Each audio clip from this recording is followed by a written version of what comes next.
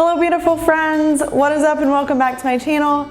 Today I'm here to show you a blowout on this really cool rainbow hair contrasting color melt technique that I created. I actually painted this color on a live virtual class and now I'm going to style it right here with you guys. If you guys are interested in checking out my upcoming virtual or live classes, make sure you check out the Eventbrite link down below.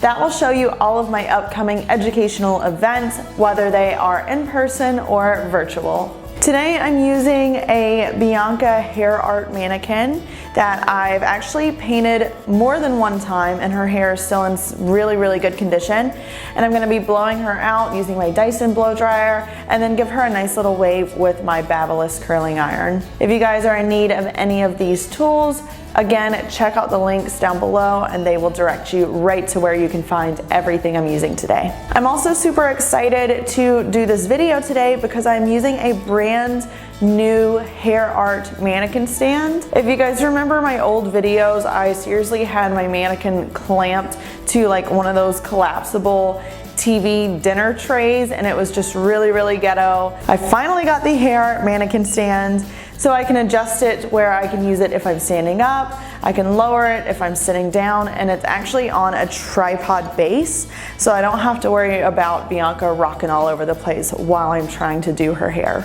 So I just went ahead and gave her a quick rinse using cold water, of course, because I didn't want her colors to bleed. I'm gonna go ahead and prep her hair using the Olaplex number 6 and 7. I like to mix both of these products together right on my hands because they will give you heat protection as well as shine and frizz control without making the hair feel weighed down or greasy or anything like that.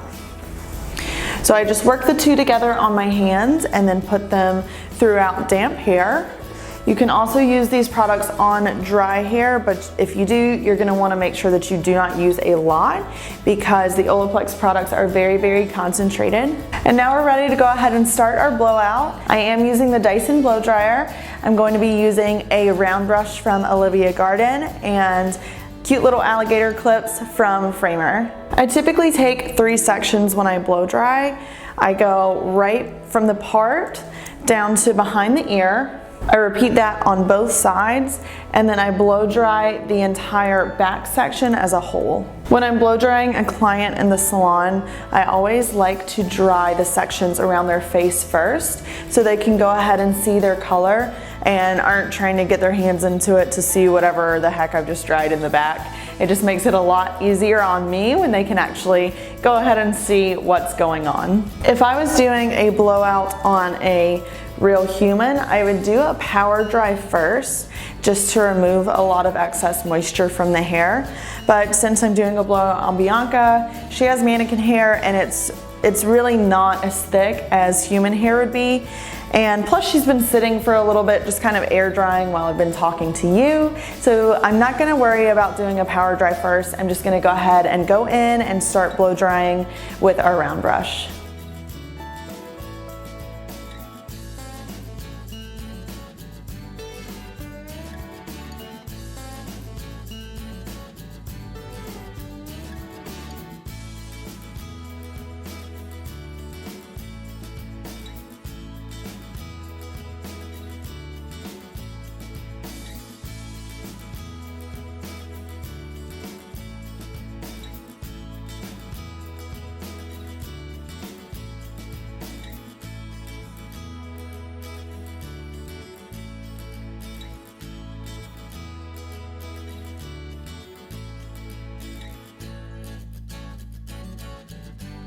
Now, if I was doing this blowout on a client, I would go ahead and dry the other front side first.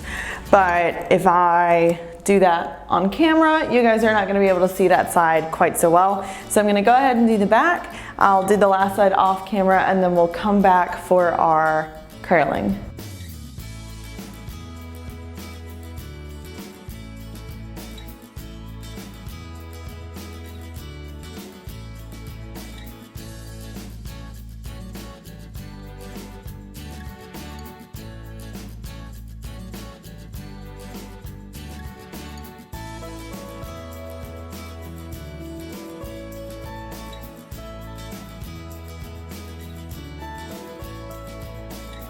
So this is actually the first time that I've used my new mannequin stand, and I'm learning as I go. I actually just figured out that there's these nifty little pedals down here that I can stand on. Like I can put one of my feet on it while I'm blow drying or applying color or whatever. And that way she's not rocking all over the place because I'm standing on it. So when I pull on her head, she has a little more like tension and will stay instead of coming all the way back. So if you get one of these, it's a little pro tip for you.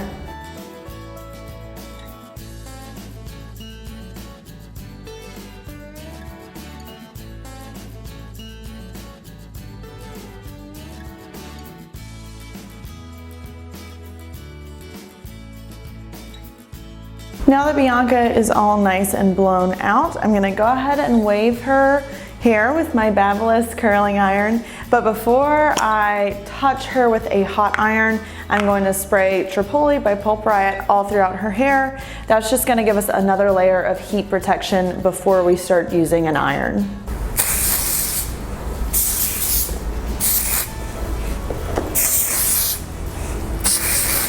I'm using an inch iron to do our waves today. And typically whenever I curl or straighten or do any kind of hot tool styling, I'll just start from the back and take subsections going up the head that way. I'm just going up and doing very loose curls away from the face. Because it's mannequin hair, I'm not leaving the iron sitting on the hair for too long. And to get that more like wavy effect and not such traditional curls, I am not really trying to curl the ends too much either. I'm kind of leaving the ends a little bit straighter, and that will give me just a little bit more of a wave and a slight bend to the hair and not such a tight Shirley Temple prom hairstyle looking curl. Because I'm working with mannequin hair, I can also take much larger sections than I would on a human client. So I'm taking really big subsections here, whereas on a real client, you would probably want to thin these out a little bit just so the heat could actually get through your section and give you that really consistent wave.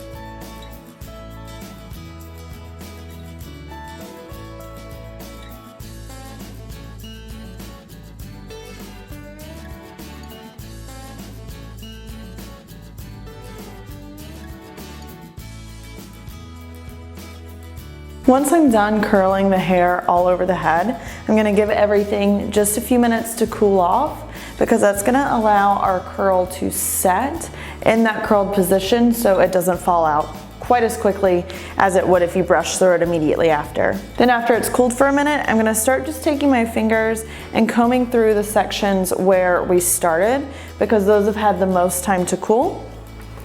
And then working around, just breaking up those curls, making them a little bit more of that like loose tousled wave, and then moving into our final sections.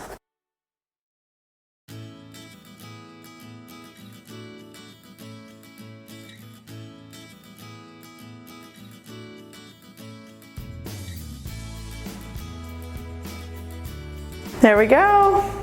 One more thing that I'm super excited about having this mannequin stand for is how easy it's gonna be for me to take pictures of Bianca now. Before, I had one of those smaller mannequin stands that clamped to a table or a countertop, so I would have to either have my boyfriend or my daughter go outside and hold it way out so I could take the picture without them being visible. But now it's just gonna be so much easier for me to take photos of my mannequin colors that I do. Thank you guys so much for taking the time to check out this video today. If you need a Bianca mannequin stand, or any of the tools that I used in this video, again, just make sure you check out the description box below for all of that information. Also, be sure to check out the Eventbrite link below, because that's gonna show you where you can find all of my upcoming classes, whether they are in person or virtual. Thanks so much for hanging out today, guys. Bianca and I will see you in the next video. Bye.